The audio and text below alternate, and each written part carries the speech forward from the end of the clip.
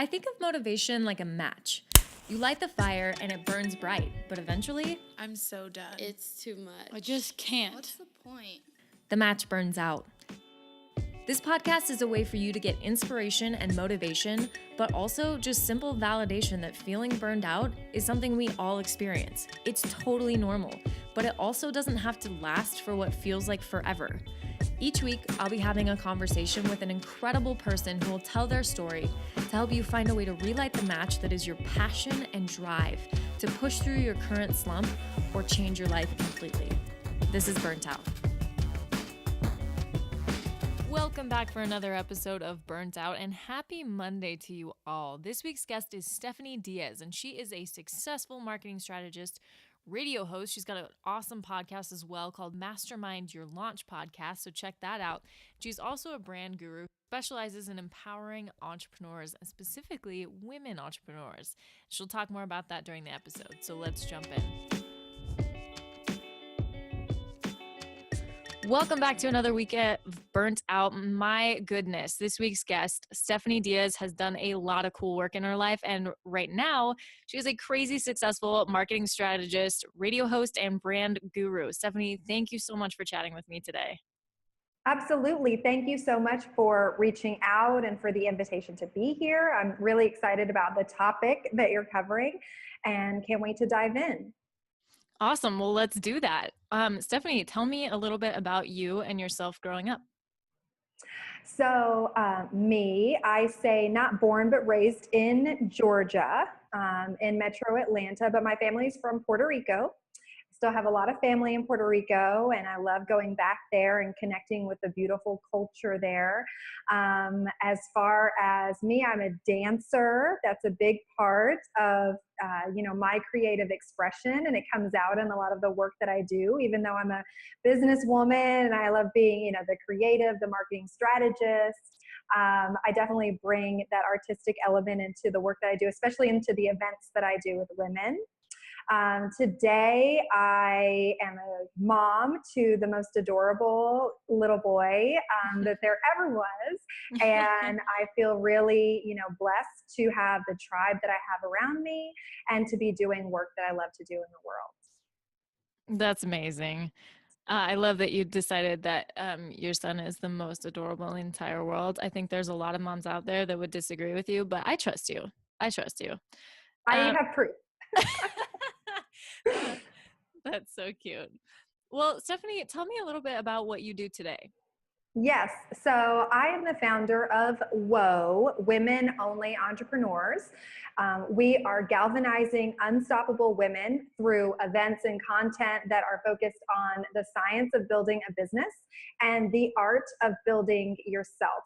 I have been working with entrepreneurs for the past 10 years. 3 years ago, I launched my second company and first solo venture called Mastermind Your Launch. I had a radio show myself, Mastermind Your Launch, for 2.5 years, did over 100 episodes. With that, we reached over 130,000 listeners per episode before I retired that last October, because I knew that I wanted to go all in on WOA. And so now it's all about building out this tribe and really serving this growing community. Very cool. Very cool. And so can people still listen to those episodes? They're still there? Oh, Awesome. Yeah, they are. They're on Apple, Stitcher, on my website, thestefaniediaz.com, and on a local platform called Business Radio X. Perfect. For those people who want to be entrepreneurs, better check that out. Yeah. So I want to ask you a quick question. What is the art of building yourself? Yes, thank you. Shows that you're listening. The art of building yourself is really just a nod to the inner journey that happens as you're growing your business. So much of what you're doing is creating something, obviously, for the outside world, for your clients, for the marketplace. But the art of building yourself gives a just honors the fact that you're going through a personal transformation too. You're putting yourself in positions that you've never been in. You know, you're reaching new levels of success and probably challenges that you've just never been there before. And it's going to change who you are as a person. So business for me is personal. Like it all kind of runs together, and who you are as a person in your business will be a big determination, you know, of your success. And so it really just honors the fact that, yeah, you're doing important work in this world, but there are other things going on. And there's who you are. There might be the situations that you're facing at home with your friends and family. There's going to be just so many elements that cross each other. And how do you confront all of them so that you are really creating the life and success that you want? I so appreciate that notion too of business being personal, because we're all walking around just as humans and we can't separate those really in a very emotionally healthy way. So they say leave your baggage at the door, and while you may just stop talking about it or hide those feelings or things like that, they're still there. The baggage is still there. And so appreciating the human side of everything is so important. So I really appreciate that that's the way that you conduct yourself in the business setting, is just who you actually are. Business is personal. I love that. Thank you.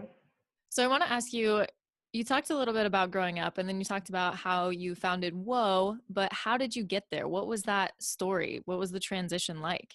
Sure. So, 3 years ago, I launched Mastermind Your Launch because after working with entrepreneurs at various levels, from startup to over $100 million companies, I felt like I had a lot of confidence and a lot of knowledge to bring to the table when it came to launching and growing a business.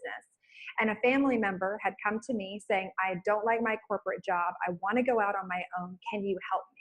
And it was that experience of helping them exit corporate and go out on their own, and their business, over, I guess we're 4 years now later, is still operational and continues to grow. It was that experience that really got me locked into Mastermind Your Launch and wanting to bring that forward as my own company, like my service to provide. And, when I talk about the art of building yourself, that all just comes from my personal journey. I launched the podcast. I'm automatically, like, my network is changing because I'm interviewing all of these amazing people. I get really involved in the Atlanta startup community. I'm feeling so energized in my career. I'm seeing this enormous growth I never would have expected. It's amazing. But the truth is that there were things that were going on, personally with me that I hadn't yet had the courage to address until I just built all this confidence in my career. It just naturally started to spill over. And I was able to, with a new mindset, with a new way of thinking, with so much support around me, tackle some things in my personal life that I had really been too scared to address head on until that point. And so with that, it all also connected me just to the woman's journey in the business world. I come from male dominated industries, pharmaceuticals, tech. I had no problem being the youngest, the only Latina, the only woman in the room. It didn't faze me at all, which is why it's really funny that I founded Women Only Entrepreneurs because it's such a far deviation from everything else that I was doing.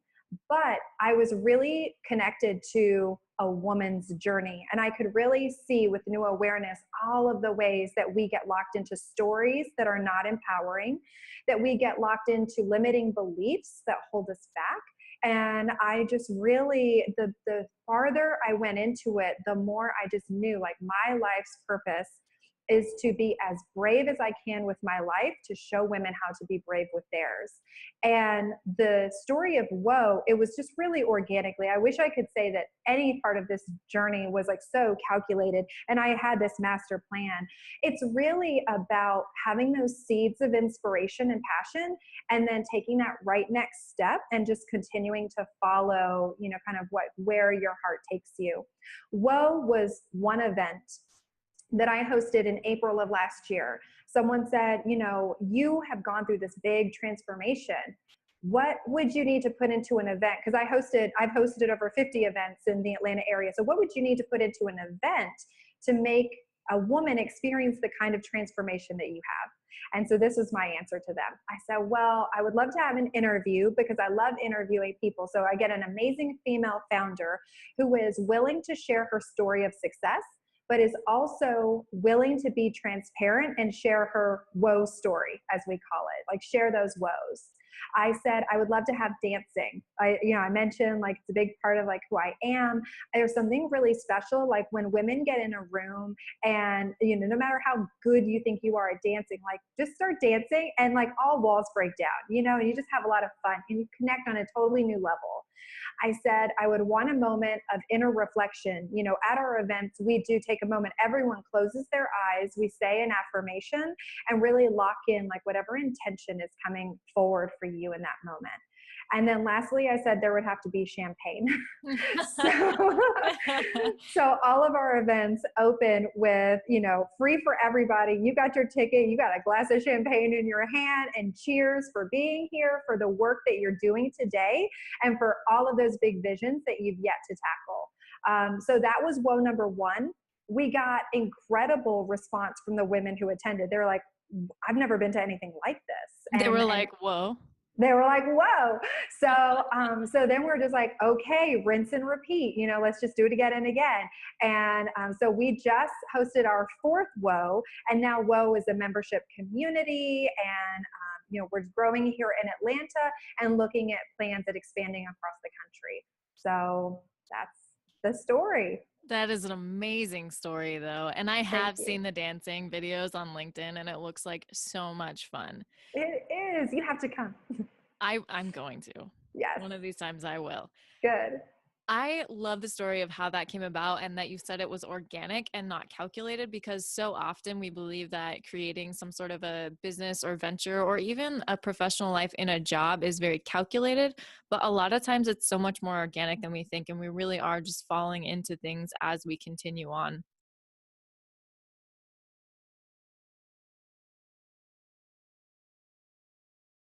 I want to get back to, though, some of the lessons that you learned and the story behind that. Let's jump into that because I know you have a burnout story that is behind all of that. So let's just jump right into that. What is that story and how did you learn those lessons? So it actually has a lot to do with WOA. This would have been, I guess, at the beginning of 2017. I was getting asked to do a lot. I was getting asked to, will you be on the board for this? Will you MC this event? Like all of these opportunities for new visibility were coming forward. So obviously you're like, yes, that's great. I've made it, right? Like, yeah, celebrate. And I totally did. And so I started to, participate in these activities, continuing to grow my business. And, everything's just happening really fast. And I didn't realize that I was approaching burnout. But, I mentioned I'm a single mom, and I'll tell you when I knew that I was at burnout. 3 nights in a row, I fell asleep putting my son to bed. So I'm in his bed. All the lights are on in our place. I still have my makeup on. I'm waking up at like midnight in his bed. And I realized like this never happens. I am the in bed with my face washed, by 10 o'clock kind of person. And this was just like so outside the norm. And I knew that I was burnt out.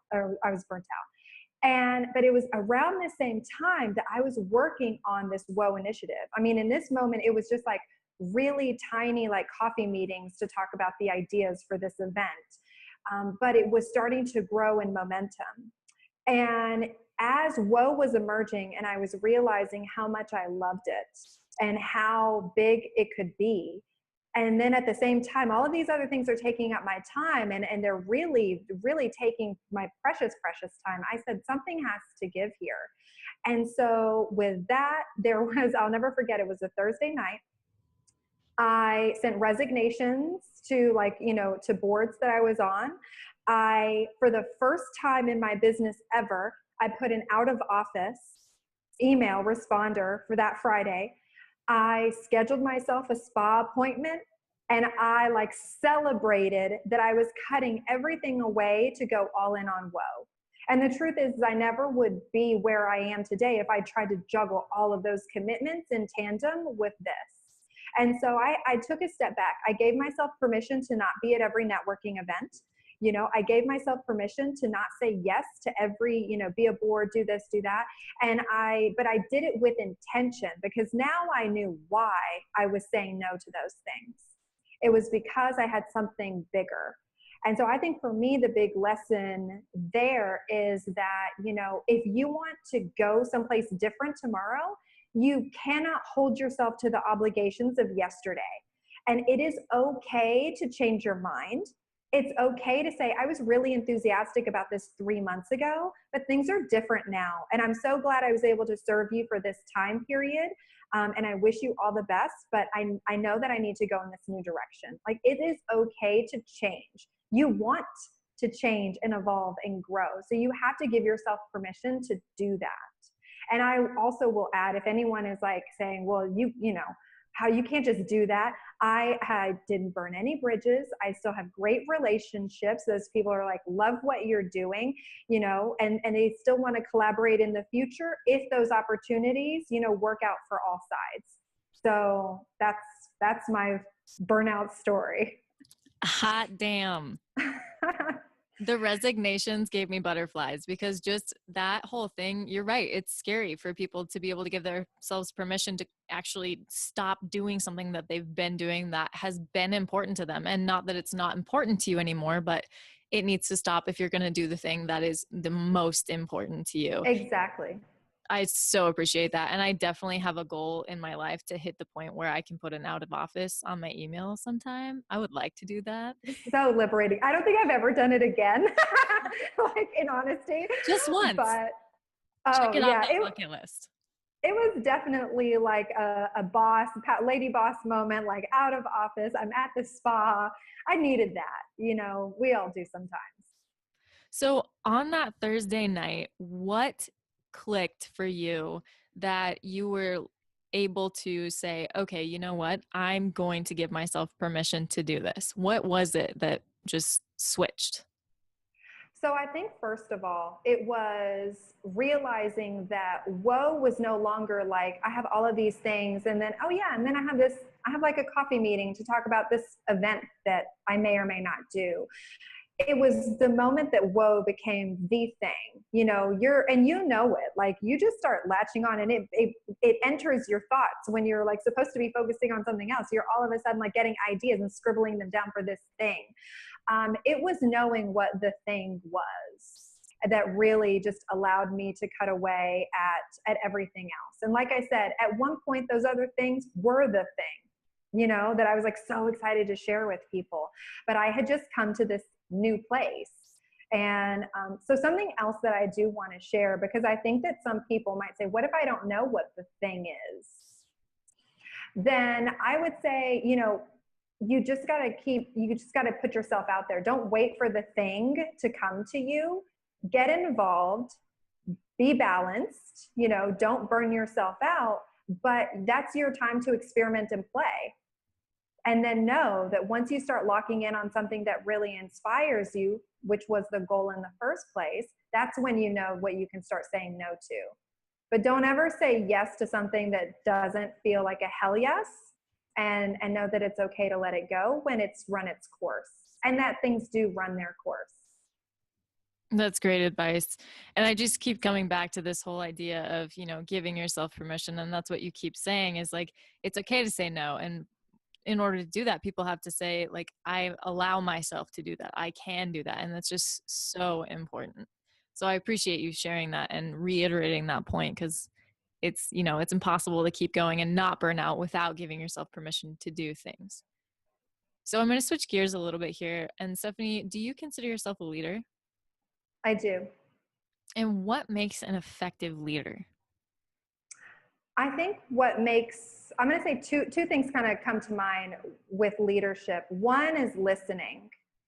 A leader to me is only a leader when people are looking at you, seeking you out, wanting a piece of your, wisdom, your vision. They want to be a part of that. But you don't really, you have to engage. That's a two-way conversation.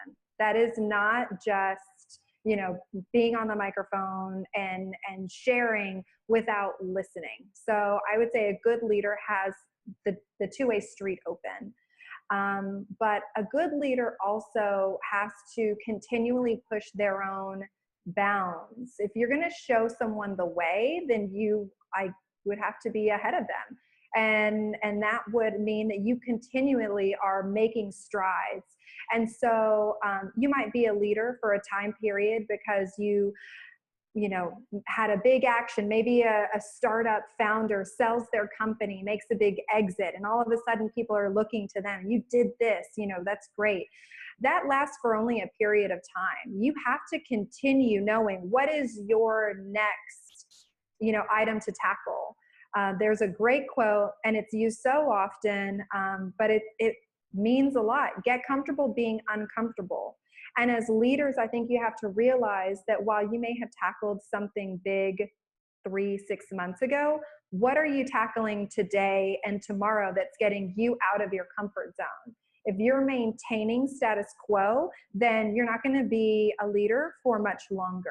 So you have to continually push your own bounds. It's the yes and. I've done this. I've taken one step, but you know what? It's now time to take another. You just got to keep going. What's next? That. Yeah. Well, Stefanie, tell me this. What would you say to someone who's feeling burnt out right now? I would say, first of all, I might say congratulations, because you pushed your limits. You've given it your all. So I'm going to give you a pat on the back, because you obviously haven't been sitting back on the couch. You've been in motion. And so let's celebrate the fact that you've probably done a lot to get burnt out. So congrats on just being the kind of person that pushes the limits that a lot of people don't even get to, first of all. Second, I would say get super clear on what is lighting you up, like what really inspires you, where do you want to go, and then get super selfish and cutting away everything that doesn't align. And also don't allow those limiting beliefs to creep in and say, no, you can't cut that out. You're tied to that. There are a lot of stories that keep us, quote unquote, safe and comfortable. And I've been there, but there is always a way. Make a list of all of the resources that could possibly help you, whether it's with childcare or finances or time. Like, you have more resources than you think. Start using them, start asking for help, telling people, I'm burnt out, I need help here. I want to do this, but I feel like I can't because, so often we don't even have those conversations. And one conversation with the right person could solve the entire problem that you would completely miss out on a key opportunity because you feel like there's this big block in your way. One conversation with the right person could eliminate that block, and then you're on your way. So be open to being vulnerable and letting people know how they can help you, because they want to help you. Absolutely. Yes. So many people are afraid to ask for help because they think someone else isn't, maybe going to help them, or it's not going to work out, but people generally want to help you. And that's a really good thing to think about and remember when you feel burnt out in order to ask for help. Is a lot of people are here who would like to do that for you. Exactly. And it's not a burden to them. I'll share this. This is something I think more of the single moms will relate to. So obviously childcare, like an evening networking event. So it's part of the reason I scaled back my evening networking, is because I was like, I just, I childcare, and I want to make sure I'm spending quality time with my son. So one day, I had a friend that kept saying, hey, if you ever need someone to watch him, let me know. If you ever need someone to watch him, let me know. And I hadn't taken her up on that offer. And then one day I said, you know what, I'm going to put myself out there. I hate asking, for help sometimes, but let me see if she can do this. And she has 2 daughters around my son's age. And so, yes, let's go over there. Now, she's like, we love him. He's like the son that we never had. Like, bring him over, bring him over. And she's like, her and her husband love having Eli over, and the girls love it. And so they have a blast. And there's this like beautiful dynamic that happens every time he's over there. And so it's like, it doesn't feel like a burden at all. They are loving it, and I get that freedom. But it's like, I held myself back from asking for that help, and because I felt like I would be a burden. And yet it's actually like this big blessing for all of us. So, I mean, that's just like one of the things, like just stop holding yourself back. There's just, the world is there and it wants to support you. So give it opportunities too. Absolutely. My gosh, yes. And I think that story, if you just put in place of your son and, that situation, someone else's situation, it will, reap similar benefits to that. Absolutely. Well, thank you so much for sharing that. And where and when is the next WOA event? Where can people find that? Yes, so WOA has programs in Atlanta happening the second Tuesday of every month. So you can go to our website, woeatl.com. That's WOEATL.com. But I'll share our programs span meetups to main events. And our main event is what I described. It's the champagne, it's the interview, it's the dancing. That happens on a quarterly basis. Our next main event is going to be May 8th at Alpharetta. And all of the details are there on the WOA website as well. So I would say obviously we'd love to see you at any event. But if you had to pick one in the next couple months that you're going to carve out and put that date on the calendar, I would say May 8th, join us in Alpharetta. You will be blown away. I can only imagine. Thank you so much for chatting with me today, Stefanie. Is there anything else that you would like to say? I would just like to say that, first of all, thank you for having me on here. I love this topic that you're diving deep on, because any unstoppable woman is going to face this at some point. And this is a story I don't typically share or don't even, get asked about. So thank you. And to all of the women out there, I would say just keep going, stay in motion. And one of the best things that you can do is get involved in, find your tribe. That's what I would say. Find your tribe. Thank you so much, Stefanie. Thank you. Whoa, there are way too many puns to be making with this episode. Fantastic or horrible, you choose, depending on how you like puns, but I love them. Make sure you check out Stefanie's website, woeatl.com. She's got an amazing thing going, and I'm definitely going to try to attend one of these WOA events as soon as possible. So make sure you check that out. And as always, please remember to subscribe, rate, and review the Burnt Out podcast. And we'll see you on Wednesday for Hump Day Hack.